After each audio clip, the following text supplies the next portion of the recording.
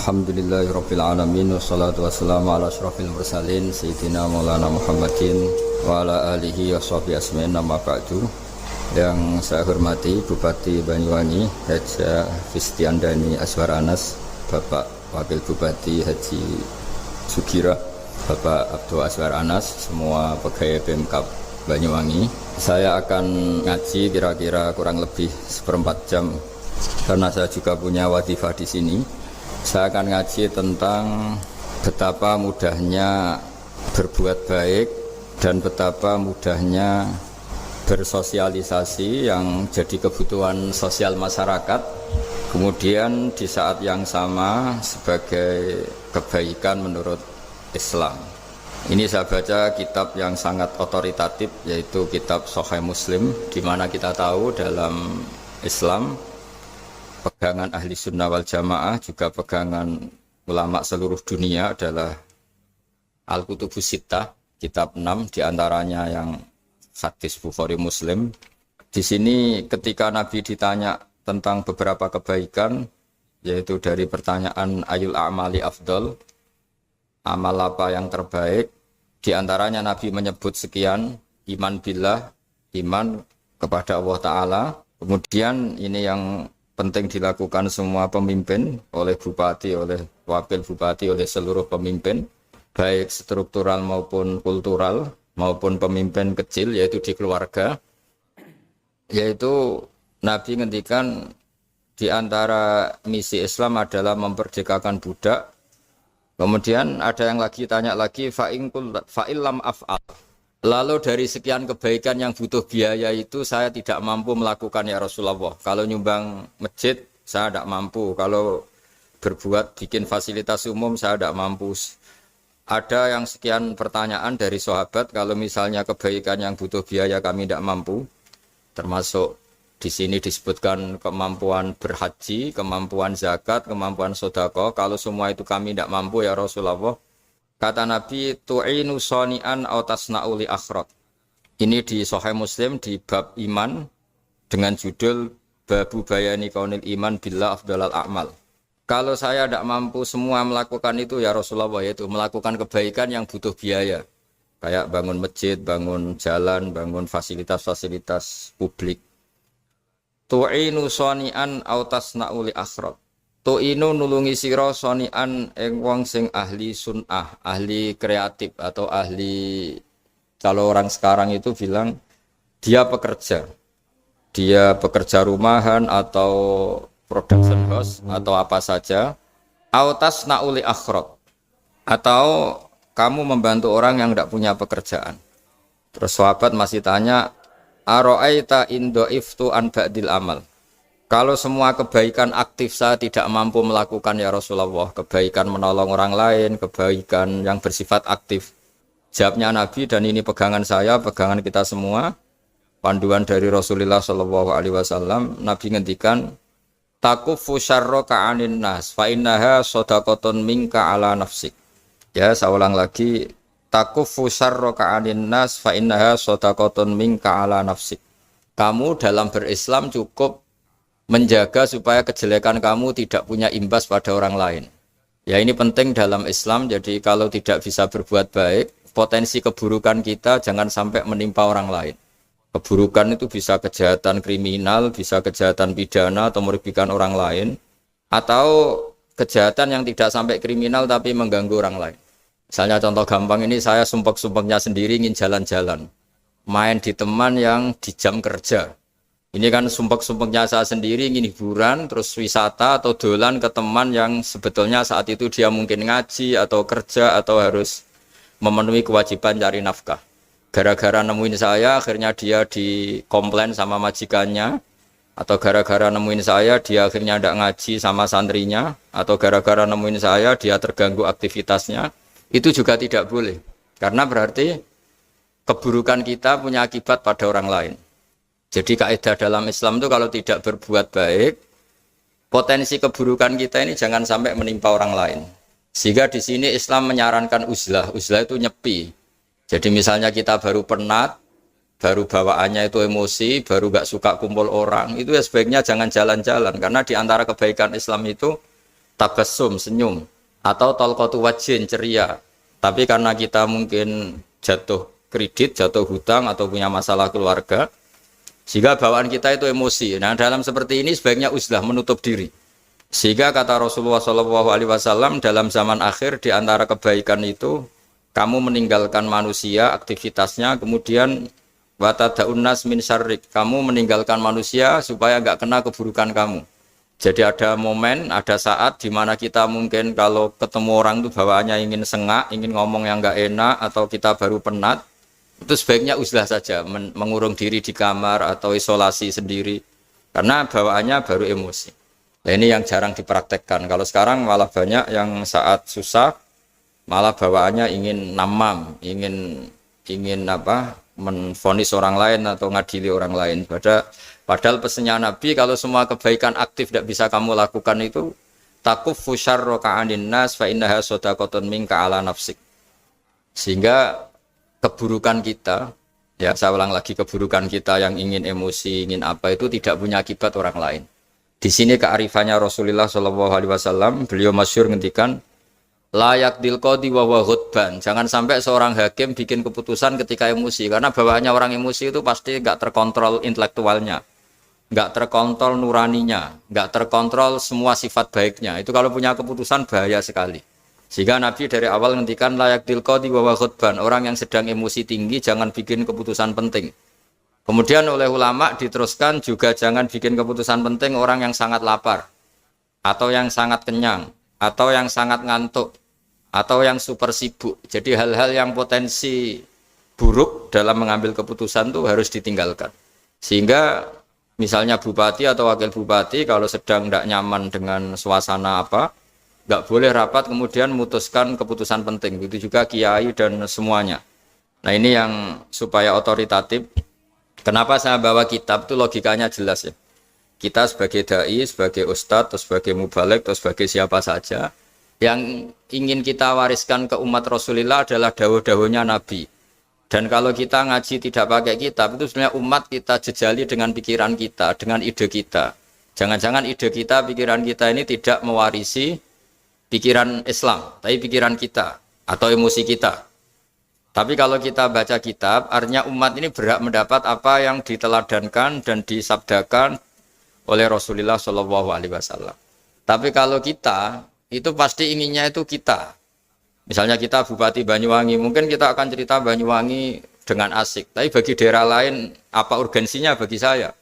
Begitu juga kalau kita kiai, mungkin kita akan cerita fadhilnya kiai. Tapi bagi orang lain yang keutamaannya jadi pekerja, jadi satpam, jadi guru, jadi pegawai negeri yang adil. Sehingga subjektivitas kita ini akan tinggi. Tapi kalau kita sebagai kiai baca hadis, maka umat ini mendapatkan panduan dari Rasulullah SAW. Nah dari sekian panduan itu kata Nabi, jika Anda tidak bisa berbuat kebaikan aktif, maka kebaikan yang harus Anda lakukan adalah potensi kejelekan kamu jangan menimpa orang lain. Makanya saya berkali-kali bilang, saya ini termasuk kiai yang jarang main ke alumni. Karena tadi kadang-kadang alumni itu sudah mau kerja di tempat kerjanya atau mau janjian nganter anaknya sekolah. Gara-gara ada saya, mungkin semua itu dibatalkan. Sehingga silaturahim itu juga harus dimanage supaya tidak mengganggu haknya orang yang kita silaturahimi. Jangan sampai silaturahim jam 9, saatnya orang kerja, kemudian dia dapat peringatan dari pabriknya gara-gara sering didolani kiainya, itu kan jadi ribet. Atau kiai karena sering didolani terus tidak ngaji, menutupi tamu terus, itu kan jadi ribet. Apapun itu sehingga orang itu harus berpikir perilakunya itu tidak punya akibat la doror wa la diror. Jangan mengganggu dirinya juga jangan mengganggu orang lain.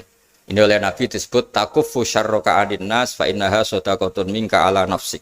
Sifat buruk kamu itu harus dijaga supaya tidak menimpa orang lain. Dan itu berarti menjadi sedekah kamu atau amal kamu pada diri kamu sendiri. Jadi ini penting dimaklumatkan ke semua kita, bahwa saat kita tidak bisa berbuat baik aktif, misalnya nggak bisa sedekah, nggak bisa menolong orang, setidaknya keburukan kita tidak menimpa orang lain. Nah termasuk keburukan yang terselubung adalah kita punya pikiran yang menurut kita ini hebat, tapi bagi orang lain mungkin bahaya. Misalnya kita punya pikiran ingin jadi orang kaya raya yang dermawan. Itu artinya kan pikiran baik karena ingin jadi dermawan. Tapi artinya bayangkan orang lain tuh miskin semua butuh derma kamu. Mana mau orang lain kamu bayangkan miskin butuh derma kamu. Orang lain juga bayangkan dirinya kaya gak butuh derma kamu. Itu namanya kebaikan yang subjektif. Kamu ingin jadi kiai yang ngajarin orang banyak, oke itu baik. Tapi kan berarti kamu bayangkan orang lain gak bisa ngaji, terus kamu saja yang bisa ngaji, sehingga kamu yang ngajarin.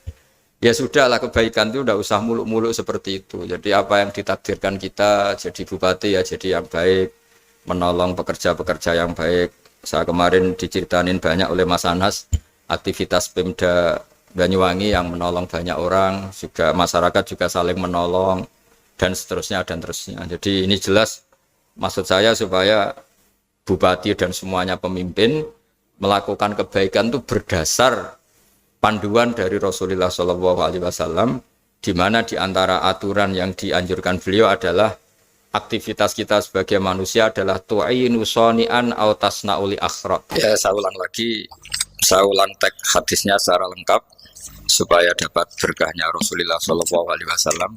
Ada beberapa pertanyaan dari sahabat, ya Rasulullah, jika saya tidak bisa berbuat baik yang berbiaya atau tidak bisa berbuat baik yang aktif, apa yang saya harus lakukan? Nabi ngendikan tu'inu shani'an aw tasna'uli akhra. Kamu membantu orang yang bekerja atau kreatif, orang-orang yang kreatif atau pekerja apa saja kamu bantu, dan bantu orang yang tidak punya pekerjaan. Terus ditanya lagi, qultu ya Rasulullah ara'aita in dha'iftu an ba'dil amal. Bagaimana kalau itu pun saya tidak bisa ya Rasulullah? Terus Nabi ngendikan tafuqifu syarraka anin nas fa innaha shadaqatun minka ala nafsik. Yang penting keburukan kamu tidak menimpa ke orang lain, dan itu bagian dari sedekah kamu. Nah, perlu saya ingatkan ke semua kita lah. Makanya pentingnya membaca umat Islam dengan ilmu usul fikih. Saya berkali-kali bilang, jika ada seseorang tidur, itu jangan kamu baca sebagai tidur yang meninggalkan tahajud, meninggalkan sholat qiyamul lail, meninggalkan wiridan di malam hari. Tapi juga bacalah saat itu dia tidak dugem, tidak maksiat, tidak narkoba. Sehingga barokahnya ilmu itu ada respek pada umat Islam yang tidur. Karena tidur itu juga ada fungsi meninggalkan sekian maksiat, sekian kriminalitas. Tapi kalau kita kulino tidak baca dengan ilmu, maka melihat orang tidur itu ya kayak meninggalkan tahajud, meninggalkan wiridan, meninggalkan qiyamul lail. Sehingga bawaannya kita ini akan kurang respek. Tapi kalau kita membacanya dengan ilmu, orang yang tidur di malam hari, maksudnya ya sudah sholat isya, itu ada sekian potensi maksiat yang dia tinggalkan. Dia tidak ngerasani orang, tidak adu-adu orang di medsos, dia tidak dugem, tidak meninggalkan. Pokoknya ada sekian kebaikan dalam saat tidur itu. Ini barokahnya ilmu. Tanpa ilmu kita tidak bisa respek seperti ini. Karena bawaannya akan, oh ini malam-malam tidak tahajud, tidak wiridan, tidak apa. Tapi kalau kita dengan ilmu, itu akan membaca dengan tidur, artinya orang tidak maksiat, tidak dugem, tidak ngerasanin orang, tidak ngata-ngatain orang. Nah di sini Sadaqallahul Azim ketika ngendikan wa min ayatihi manamukum billaili wan nahar. Termasuk ayat Allah itu orang tidur. Maksudnya tidur yang dengan dimaknai positif tadi, bisa istirahat, bisa meninggalkan maksiat, bisa apa-apa. Nah ini di sini hebatnya Rasulullah SAW ketika beliau memandu kebaikan. Di antara kebaikan itu apa? Takufu syarroka anin nas fa innaha shadaqatun minka ala nafsik. Kamu, potensi buruk kamu atau keburukan kamu jangan sampai menimpa pada manusia, pada orang lain, dan itu bagian dari sedekah kamu. Ya, saya mohon maaf sama Bu Bupati, sama semua Pemda, sama Wakil Bupati karena saya tidak bisa lama-lama. Saya punya wadifah. Tadi ini pun sudah ngurting ngaji saya karena saya harus ikut ngaji di sini, dan mari sama-sama berdoa. Al-Fatihah. A'udzubillahi minasyaitonir rajim. Bismillahirrahmanirrahim. Rabbil alamin arrahmanir rahim maliki yaumiddin iyyaka na'budu wa nasta'inu shiratal mustaqim shiratal ladzina an'amta 'alaihim ghairil maghdubi 'alaihim waladdallin. Bismillahirrahmanirrahim. Nahmaduka ya ghafur ya syakur ya walil hamid. Wa shalli wa sallim ala sayyidina maulana Muhammad sallallahu alaihi wasallam asma'in. Allahumma ij'alna aminin mutmainin alladzina la khaufun 'alaihim wa la hum yahzanun. Waj'al mustama'ana hada ya Allah mustama'an mubarakan ya Allah ya Allah. Allah barik fi mustama'atina wa fi firaqina wa fi uslatina wa fi mu'akhatina. Mu'akhatan fika laka wa fika mu'akhatan ya Allah yuzkaru fiha ismukal azim. Allahumma ya Allah illam akun ya Allah ahlan an ablugha rahmataka ya Allah farahmatuka ahlun an tablughana. Allahumma ya wa illam nakun ya wa ahlan an nablugha rahmataka farahmatuka ahlun an tablughana jami'an. Rahmatuka ya wa awsa ya Allah. Allahumma ya wa maghfiratuka awsa'u min dzunubina wa rahmatuka arja indana min amalina. Allahumma ya wa maghfiratuka awsa'u min dzunubina wa rahmatuka arja indana min amalina. Allahumma ya wa maghfiratuka awsa'u min dzunubina wa rahmatuka arja indana min amalina. Rabbana zalamna anfusana wa illam taghfir lana wa tarhamna lanakunanna minal khasirin. Rabbi ighfir li wa liwalidayya liman dakhala baitiya mu'mina wa lil mu'minina. Rabbi ighfir li wa liwalidayya liman dakhala baitiya mu'mina wa lil mu'minina wal mu'minat. Rabbana atina fid dunya hasanah wa fil akhirati hasanah wa qina adzabannar. Sallallahu ala sayyidina Muhammad sallallahu alaihi wasallam. Subhana rabbika rabbil izzati amma yasifun wa salamun alal mursalin walhamdulillahi rabbil alamin. Sirrul Fatihah. Bismillahirrahmanirrahim. Alhamdulillahi rabbil alamin. Ar-Rahmanir Rahim. Maliki yaumiddin. Iyyaka na'budu wa iyyaka nasta'in. Ihdinas siratal mustaqim. Siratal ladzina an'amta 'alaihim ghairil maghdubi 'alaihim waladdallin. Assalamualaikum warahmatullahi wabarakatuh. Oke teman-teman, jadi itulah reaction ngaji kita bersama dengan Kiai Haji Bahauddin Nur Salim atau Gus Baha, dimana kali ini Gus Baha ngaji bersama dengan para pemimpin Bupati Banyuwangi. Dan di sini diberi judul betapa mudahnya berbuat baik, bersosial dan bermasyarakat. Di antara beberapa catatan yang sudah kita dapatkan dalam kajian ngaji kita kali ini bersama dengan Gus Baha, yaitu yang pertama adalah amal apa yang terbaik? Maka jawabannya adalah iman, memerdekakan budak, membangun fasilitas bagi masyarakat, kemudian bersedekah dan lain sebagainya. Kemudian ketika tidak bisa melakukan amal terbaik yang berbiaya tersebut, maka kebaikan yang tak terbiaya atau amal baik yang tak berbiaya itu yang bisa kita lakukan apa? Yaitu membantu pekerjaan orang lain atau membantu mencarikan pekerjaan orang lain. Kemudian ketika misalkan kita tidak bisa melakukan kebaikan atau amal yang aktif, artinya kebaikan apa yang pasif dan bisa kita lakukan amal sebagai amal terbaik, yaitu menjaga supaya potensi keburukan kita jangan sampai menimpa atau mengganggu atau berakibat buruk pada orang lain, atau dalam bahasa nganunya itu ya, jangan sampai potensi buruknya kita itu ngerepoti, jangan sampai kita ngerepoti ketika kita gabut, ketika kita nganggur, itu jangan sampai ngerepoti orang lain. Yang kedua, untuk itu lebih baik menyepi. Ketika kita tidak bisa melakukan apapun, kebaikan yang pasif pun juga kebaikan aktif tidak bisa kita lakukan, maka lebih baik itu kita menyepi atau uzlah, atau dalam bahasa Jawanya itu bertapa, bersemedi, meninggalkan manusia supaya keburukanmu tidak menimpa orang lain.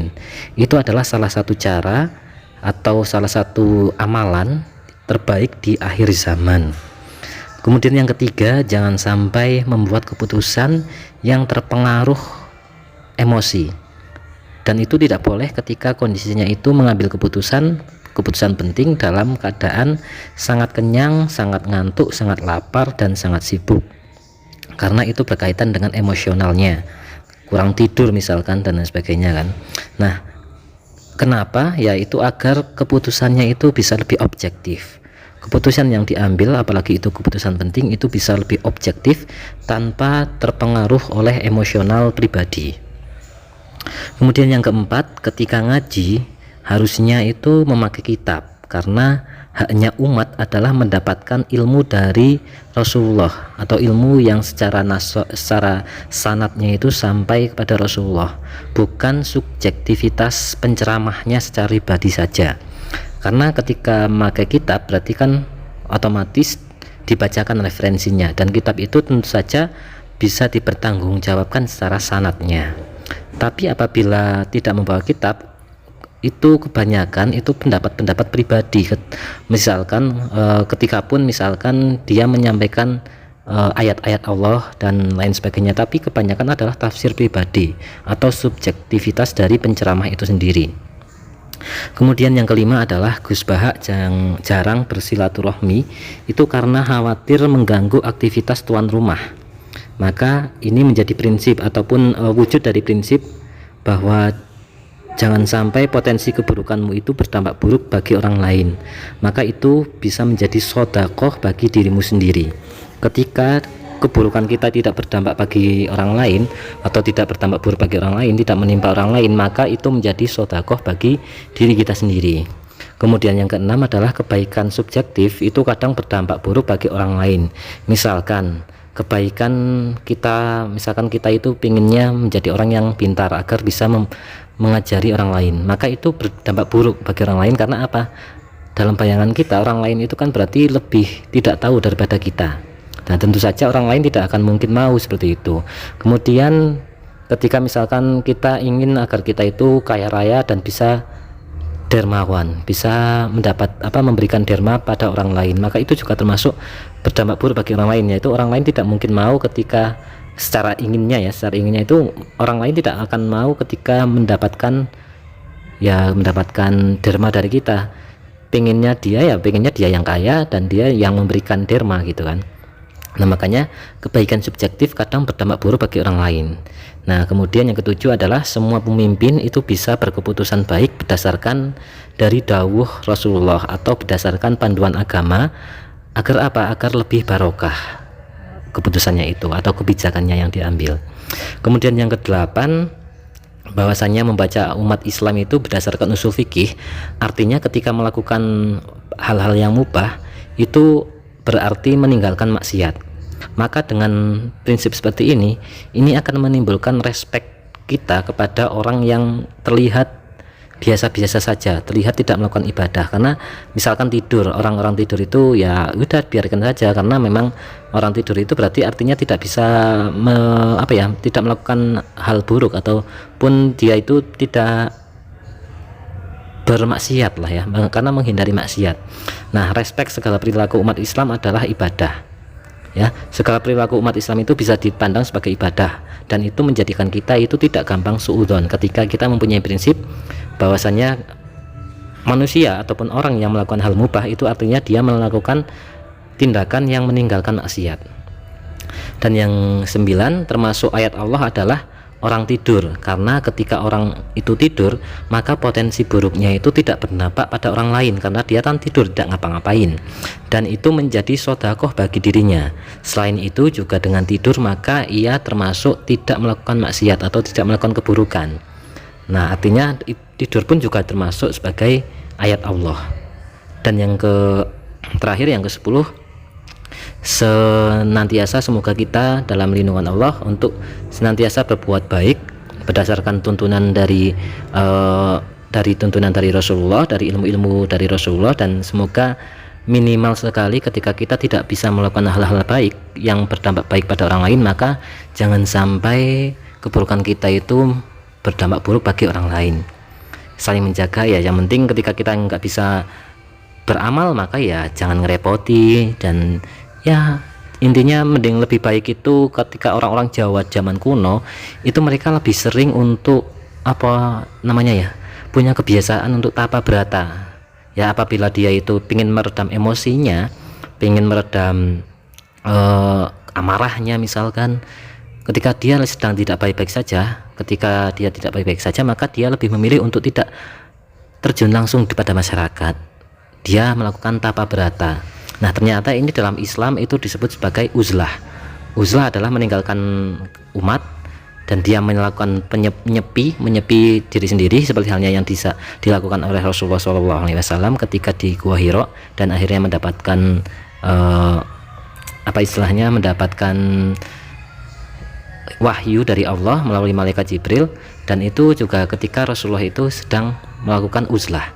Dan uzlah ini ternyata dalam Jawa kuno itu sering dilakukan, yaitu tapa berata, tapa, semedi, dan lain sebagainya. Agar apa? Agar potensi keburukan kita itu tidak berdampak pada orang lain, tidak menimpa pada orang lain, dan ini termasuk sebagai ibadah.